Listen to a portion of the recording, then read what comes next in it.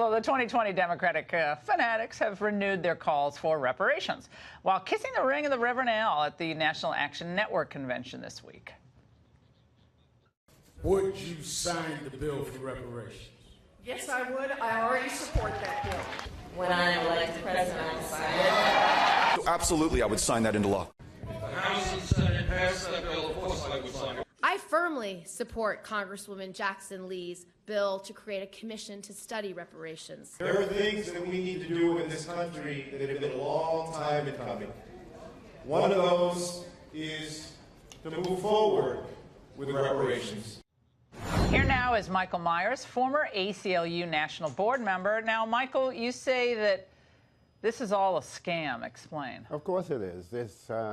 It's more that blame Whitey movement, mania, madness, and it's sheer racial rhetoric. And that's what you get at the Al Sharpton so-called House of Justice.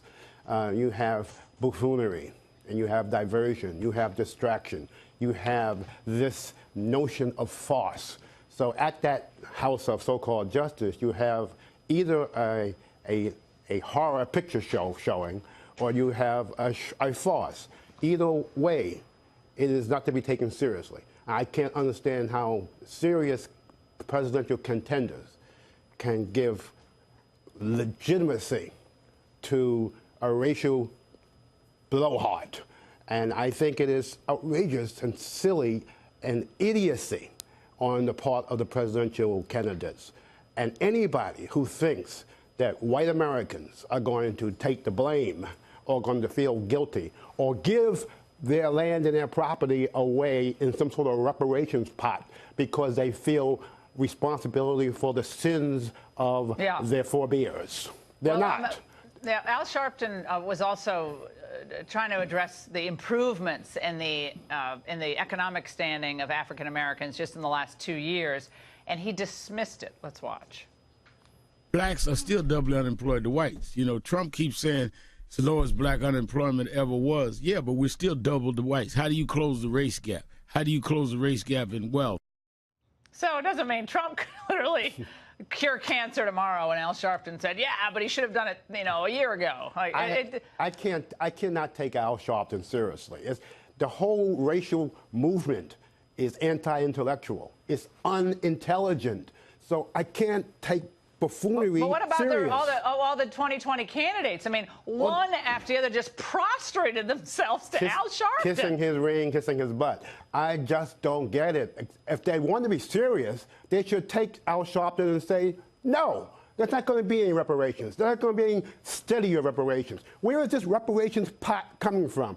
James Foreman in 1969, he went to the Riverside Church and said, we want $500 million, that's all, $500 million in a reparations pot, and they want it from the white churches and the white synagogues.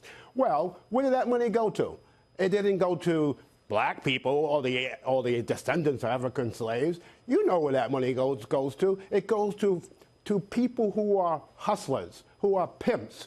And I resent it, and I think it's shameless, and it's racial idiocy, and people who have sense, who are intelligent, must address this as such. Well, I think I heard a lot of people today were saying what they're doing is racist because you're actually saying the guy who just came here from Serbia 6 months ago somehow is going to have to write a check for a Somali refugee who came here 20 years ago. I mean, none of that makes any sense to most people. That's why I say it's unintelligent. Nobody's giving up their house. Nobody's giving up their land. Nobody's giving away acres. The 40 acres are gone. And nobody, not even a building is going into that reparations pot. So what are they talking about? These people, they are chasing farce. It's a campaign issue. This is all a power grab. It's a total distraction. It's buffoonery. We're going to have you back, Michael, to talk about what we're going to have you back to talk about what the ACLU is doing, today's ACLU doing in lawsuits. We didn't have time to do it in this segment. We will have you back because it's fascinating.